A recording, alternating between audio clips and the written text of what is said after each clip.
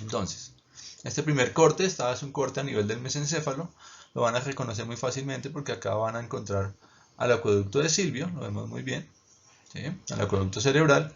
Y importante entonces en cuanto a la ubicación, que acá lo que es sustancia gris se va a ver de color blanco y lo que es sustancia blanca va a tener una coloración más grisácea. Esa convención hay que tenerla presente. Entonces acá abajo tienen un esquema que les sirve de guía para lo que estamos viendo en la parte superior. Entonces tenemos primero lo que es el colículo superior, después tenemos toda esta sustancia gris que está alrededor del acueducto que se denomina sustancia gris periacueductal, que tiene que ver con la parte inhibitoria del dolor. Tenemos, como habíamos mencionado ya, el acueducto cerebral o de Silvio. Tenemos el núcleo motor, parasimpático del tercer par y el núcleo motor del tercer par, en estos dos localizados básicamente sobre la línea media.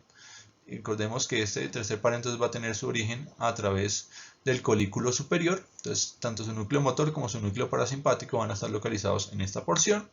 Tenemos esta estructura que no tiene que ver con los pares, que se llama la sustancia roja, el núcleo rojo, perdón, y la sustancia negra, que en este caso no se ve negra, pero cuando lo ven en los cortes reales sí lo van a ver de esa coloración. Recordemos acá que, como lo hemos visto en la parte externa, también van a estar los pedúnculos cerebrales y en toda la mitad de ellos saliendo entonces el tercer par craneano. Entonces este es el primer corte a nivel de la parte del colículo superior y ahí podemos reconocer entonces las estructuras más importantes. No he nombrado ahí, pero también algunas de las vías ascendentes y descendentes van a discurrir por esta región. Bien, hacemos un corte a nivel de colículo inferior, entonces vamos a encontrar nuevamente al colículo inferior y vamos a encontrar el núcleo del cuarto par, que es el que está saliendo a esa porción, y algunas de las fibras que se empiezan a ver en esa porción, sobre todo en esta porción del mesencéfalo, en la porción más baja del mesencéfalo. Bien, como observamos entonces el siguiente corte, entonces estamos a nivel más o menos de la parte media de la protuberancia. Ya encontramos o entendemos que estamos en la protuberancia porque se ve muy evidente lo que es este cuarto ventrículo. Y vamos a mirar entonces el corte con un poco más de detalle. Encontramos entonces parte de lo que es el pedúnculo cerebeloso medio. Recordemos lo que les dije, la convención, que la sustancia blanca en este caso se ve más negra. Vemos aquí el núcleo motor del nervio trigémino, más hacia el centro, y más hacia la periferia el núcleo sensitivo principal del nervio trigémino. También observamos aquí ya inclusive saliendo las fibras de ese nervio trigémino, saliendo hacia, acuérdense que estamos en el pie del pedúnculo y estaría saliendo en esta porción el núcleo del quinto par, perdón, el quinto par como tal. Y aquí alcanzamos a ver parte del tracto piramidal, que es una de las vías que discurre por la cara más anterior o más ventral de este tallo cerebral.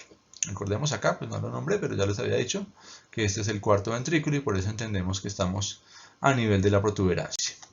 Si nos vamos a un corte un poco más bajo, vamos a identificar entonces otros núcleos. Seguimos viendo la gran dilatación del cuarto ventrículo y entendemos que estamos en este corte. Entonces vamos a observar primero al núcleo del sexto par en todo el centro.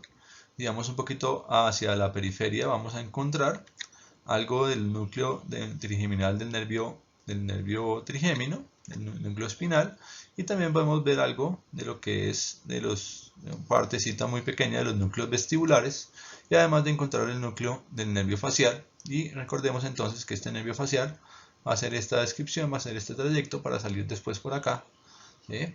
Pero va a ser esta rodilla que es la que forma esta eminencia o este colículo facial que habíamos visto en la configuración externa. Si seguimos entonces, volviéndonos acá o viéndonos un corte a nivel del surco bulboprotuberancial, encontramos o lo distinguimos por estas regiones, estos núcleos muy característicos que son los núcleos olivares, y ustedes ya ven que no se ve esa dilatación del cuarto ventrículo. Entonces vamos a distinguir ya acá algunos núcleos importantes, empezando por los núcleos vestibulares que se ven ya de una manera más clara en esta región, un poquito hacia la periferia los núcleos cocleares, ¿sí? Acá hay un pequeño error, estos que están en la periferia siempre son los núcleos cocleares. Vamos a encontrar también como parte importante al núcleo del tracto solitario, acompañados también, este que está en el centro es el núcleo del tracto solitario, este que está un poquito hacia la periferia es el núcleo sensitivo o la parte más vulvar o medular del nervio trigémino. Y finalmente, como les había dicho acá ya, los núcleos olivares inferiores que se alcanzan a ver muy bien acá, y nuevamente la vía piramidal que la logramos ver bastante clara en esta porción del bulbo raquídeo. Seguimos descendiendo, entonces vamos a encontrar los núcleos más caudales de este tallo cerebral en un corte mucho más abajo, y vamos a encontrar entonces cómo empieza a aparecer en todo el centro nuevamente el núcleo del nervio hipogloso.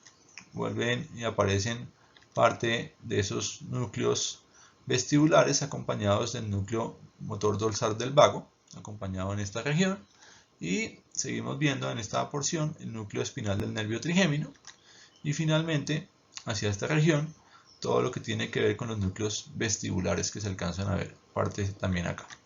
En todo el centro alcanzamos a ver parte de lo que tiene que ver con el lemnisco y las vías sensitivas que van ascendiendo por acá, y nuevamente logramos ver parte de la vía trigeminal. Entonces, muchachos, la idea de estos diferentes cortes, ¿sí? Vemos acá algo también del núcleo ambiguo, que no se los había nombrado.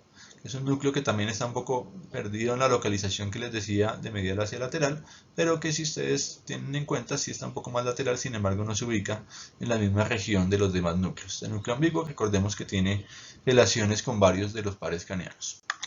Finalmente, si vamos a un tallo, un corte más bajo, vamos a empezar a ver esa decusación, cómo se empiezan a unir esas pirámides, y vamos a seguir encontrando ese núcleo espinal con el núcleo del tracto solitario y con algunos otros núcleos como el núcleo dorsal del vago, ¿sí? En esta región el núcleo trigeminal, el núcleo dorsal del vago, un núcleo de gracilis y cuneatus hacia la parte posterior, ¿sí? Gracilis acá en todo el centro, el cuneatus hacia la periferia, y el núcleo espinal trigeminal en la región más lateral. Finalmente acá las pirámides, como ya lo habíamos